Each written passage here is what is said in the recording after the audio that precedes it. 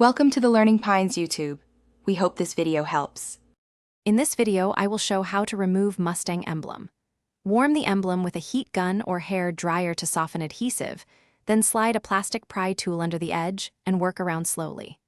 Use dental floss or fishing line to saw through adhesive if needed, keeping tension even. Finish by removing residue with adhesive remover and a microfiber cloth, and inspect paint for damage before reinstalling or replacing. Start by warming the emblem evenly on low heat to prevent paint stress, then use fishing line behind the badge in a steady sawing motion to separate adhesive. Work one side at a time and support the emblem so it does not snap back onto the paint. If adhesive resists, reapply heat and be patient. After removal, scrape remaining glue with a plastic razor and wipe the area clean with adhesive remover and a soft cloth. If you are finding this guide helpful, please subscribe and like the video to support more tips and repairs.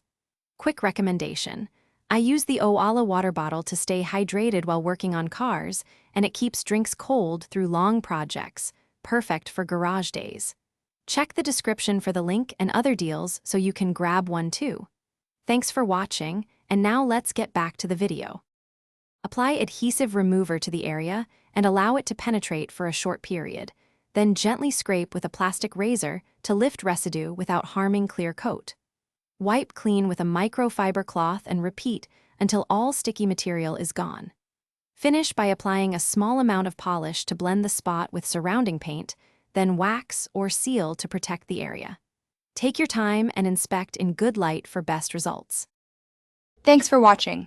Consider subscribing if we helped you.